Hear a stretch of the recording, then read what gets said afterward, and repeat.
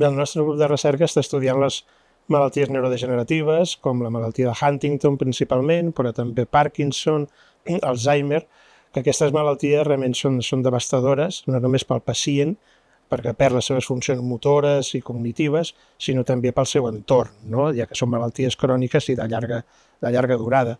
Aquestes malalties actualment no tenen cap mena de tractament, no? I per tant és realment molt complicat, no?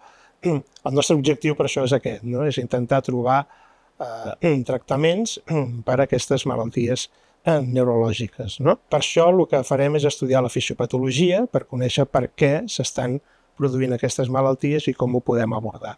Tenim dues estratègies. Una estratègia és la neuroprotectora, que mirem els mecanismes de neuroplasticitat, que són els que estan regulant la integritat dels circuits i es trenquen, saber per què es trenquen, quins són els mecanismes i trobar aquestes dianes terapèutiques que ens permetran desenvolupar un tractament.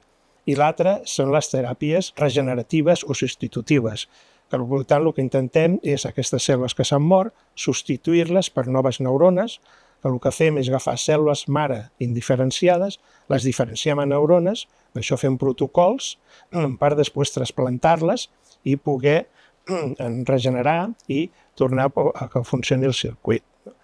I això d'aquí realment avui en neurociències és un moment molt excitant perquè tenim unes noves tecnologies molt innovadores que ens permeten poder entrar dintre de llocs del cervell que fins ara eren accessibles.